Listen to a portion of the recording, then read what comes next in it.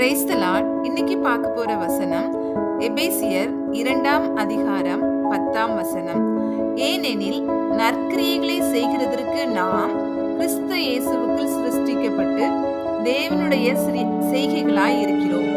அவைகளில் நாம் நடக்கும்படி அவர் முன்னதாக அவைகளை ஆயத்தம் பண்ணி இருக்கிறார். இந்த வசனத்தை பார்த்தோம்னா இயேசு கிறிஸ்து நம்ம ஒவ்வொருவரையும் உருவாக்குனதற்கான முக்கிய நோக்கமே, அதாவது நல்ல காரியங்களை செய்யணும் அப்படிங்கிறது தான் கர்த்தருடைய விருப்பமா இருக்கிறது. அப்போ நல்ல காரியங்களை செய்கிறதுக்கு கர்த்தர் நம்மளை உண்டாக்கி இருக்காங்க. அப்போ அதற்கு முன்னாடி கர்த்தர் நமக்காக என்ன செஞ்சிருக்காங்க அப்படின்னு பார்த்தோம்னா, அவருடைய கிருபையினால நம்ம ஒவ்வொருவரையும் ரட்சித்திருக்காங்க.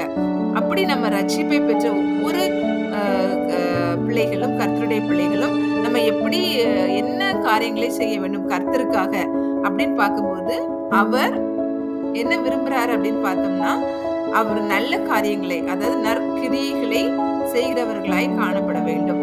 நற்கிரியைகள்னா என்ன அப்படின்னு பார்த்தோம்னா, லைக் நம்ம ஒவ்வொரு நாளும் நம்மளுடைய ஆக்டிவிட்டீஸ்ல, அதாவது நம்மளுடைய எல்லா ஆக்ஷன்லையும் கர்த்தரை மகிமைப்படுத்தக்கூடிய காரியங்களை செய்ய வேண்டும்.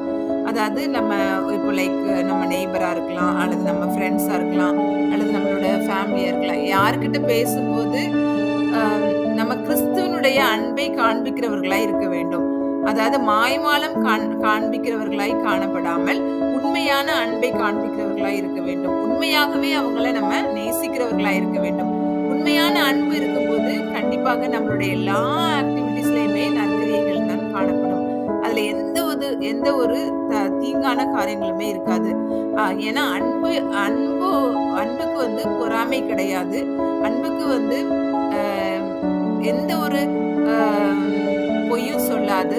அது மாய்மாலம் பண்ணாது. நம்ம ஒருத்தர் உண்மையாவே க்ளோஸா நம்ம நேசிக்கும் போது அவங்களுக்கு எல்லாமே நன்மையான காரியங்கள் செய்யணும், நன்மையான காரியங்கள் நடக்கணும் அப்படின்னு தான் நம்மளோட இருதயத்துல யோசிப்போம். அதே மாதிரிதான் கர்த்தர் நம்மளை ரட்சித்திருக்காங்க.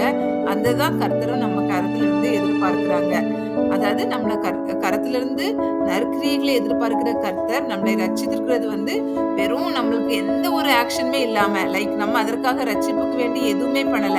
Just we believed in God and God has given his salvation without any payment, everything in free, like grace. அதாவது நமக்கு தகுதியே இல்லாத நம்மள கர்த்தர் ரட்சித்து அவருடைய பிள்ளைகளாக மாற்றிருக்காங்க. அப்போ ஆஸ் அ கிறிஸ்டியன் நம்ம ஒவ்வொருவரும் கர்த்தர் விரும்புகிற நற்கிரியைகளை, அன்பின்